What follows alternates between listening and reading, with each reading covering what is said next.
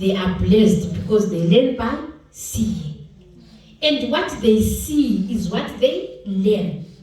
So whatever you do at home there, don't forget you are supposed to train umntwana for Christ. You are not training a demon for hell.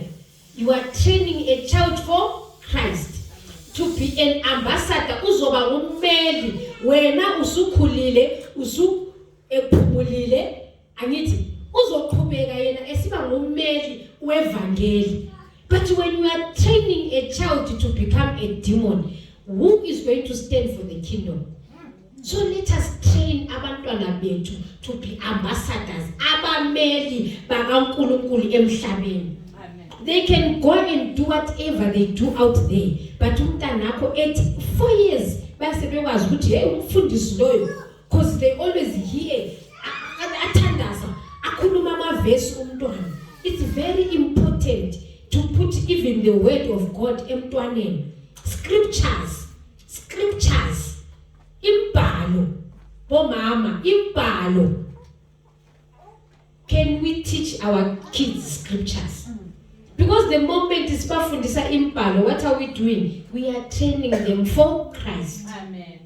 So nyali angazi ukuthi ngithi nyalincenga noma kanjani asihambeni siye change the way we are teaching our children. Be it ngabazukulu bethu, be it our nephews, our nieces. Let us start training kids for Christ. The world is becoming more wicked. Siyakubona okwenzakala emhlabeni. All over there is trouble. All over darkness. The kingdom of darkness is wanting to take everything. But it takes when a parent to decide ukuthi mina abantwana ngizobakhulisa ngendlela kaNkulunkulu. Bengena endlini sizoba nesikhathi sokufunda ilizwi, sizoba nesikhathi sokuthandaza. Ngizobafundisa ekuseni uma bavuka siqala iday yethu, we start by praying. You don't go out of the house without praying. Sunday service esontweni, we are not going to have noise in Sunday school. The reason why we have noise in the Sunday school is because we are not training our kids. The reason why we have movement up and down is because we are not training our kids.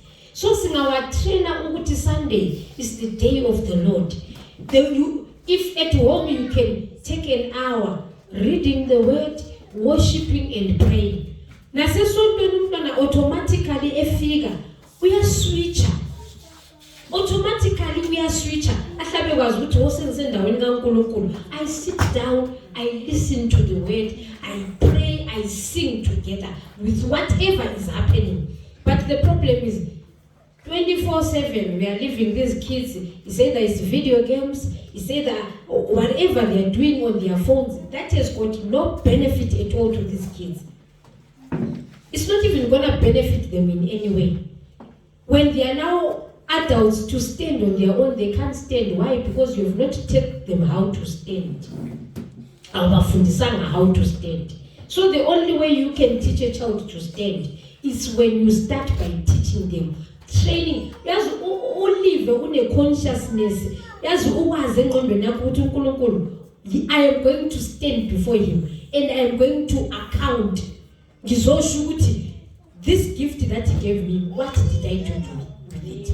Always be conscious. Any decision, be it dressing your mntwana, be it what they listen to, be it the kind of friends, be very conscious engqondweni yakho ukuthi you are training up this child for Christ. You don't allow any kind of weird things around your child, because that is the ambassador for Christ. Uthola ukuthi omunye uphethe one of the greatest prophets of our time. But you were given a gift that you could not nurture. Imagine what God is going to say about you. You left that child to rot like any other rotten person out there.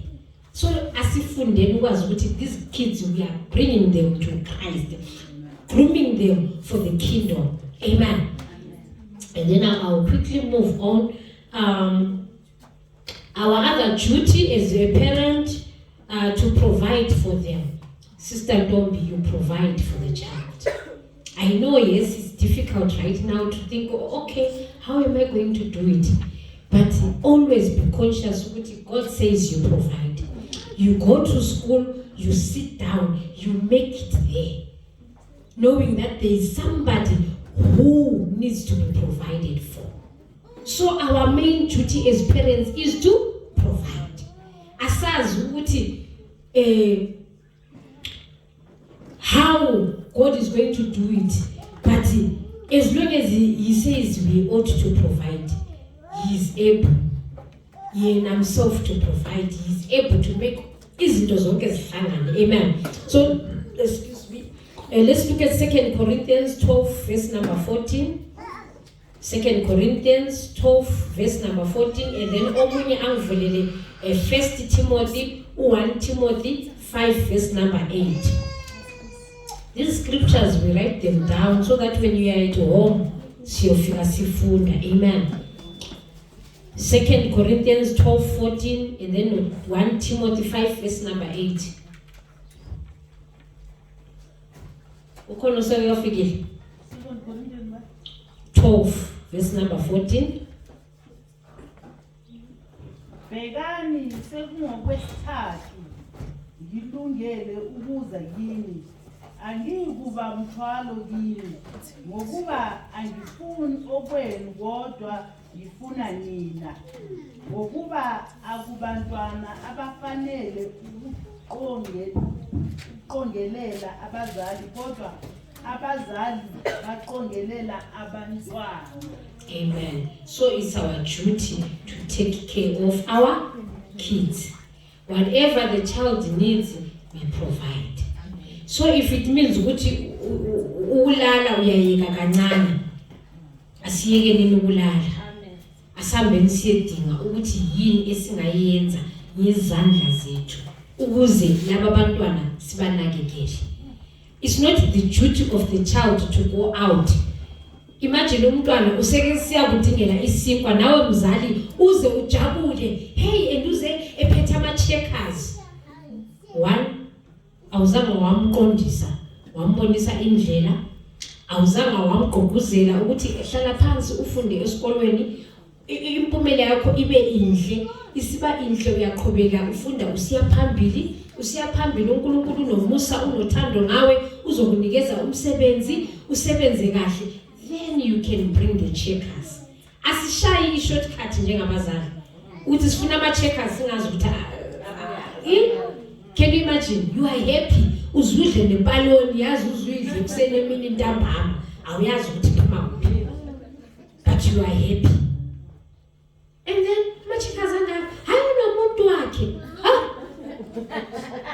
unomuntu wakhe, owakuphi?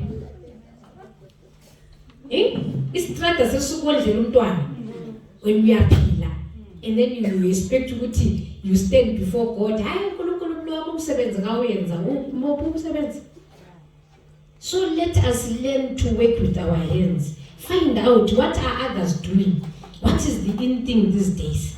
Yini into engani yahamba kulezi nsuku. Sometimes even if ungakopanga kumakhelwane, God give me wisdom. What can I do? God, you said these hands, you bless the works of the hands. Nkulunkulu uzobusisa uyithatha itamati laphana uyayibeka laphana uthengise. It's because you want to take care of your child. Amen. So asingabi ngabazali abajabulela ama-checkers.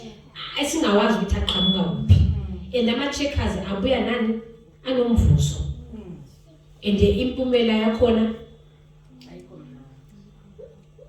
So let us learn to take care of our kids. And then 1 Timothy 5:8.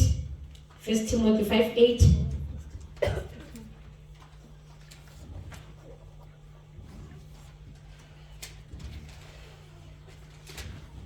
First Timothy 5 verse 8. Yes. Kepha-ke uma umuntu engabondli abakubo kakhulu abakwakhe ukulahlile ukukholwa mubi kunongakholwayo. Amen. So this one is just an encouragement ukuthi kumele sikwazi nokuwondla even your own family members. Ungawondli nje abantwana bakho, but also be kind to those of your family. I know of people abantu abanenhliziyo ezimbi to the extent yokuthi noma eza cousin ambona ukuthi yabona isimo siyabheda, and anakho aprefer ukuyafaka ukudla ku-dustbin. But kuyashiya ilizwi likaNkulunkulu ukuthi uma ungawawondli awubawondli abakini, hey umubi kakhulu, ufana nomuntu ongakholwa. Umuntu okholwayo ubonisa ngani? Ngothando, ubonisa ngokunakekela abomndeni. Amen. So nabantu babethu siyabawondla together with our extended families. Khona lokho okuncane sinakho siyakushare nabo. This is how God blesses us, because he says esibusisekileyo ngesinjani? Ngesiphayo. Amen. So it's an encouragement to us ukuthi asiwondleni together with our families. Masingabashiyi bazwa ubuhlungu, bahluphekile. Amen. Even in the house of God, let's show each other love. If we know ukuthi so and so is going through a hard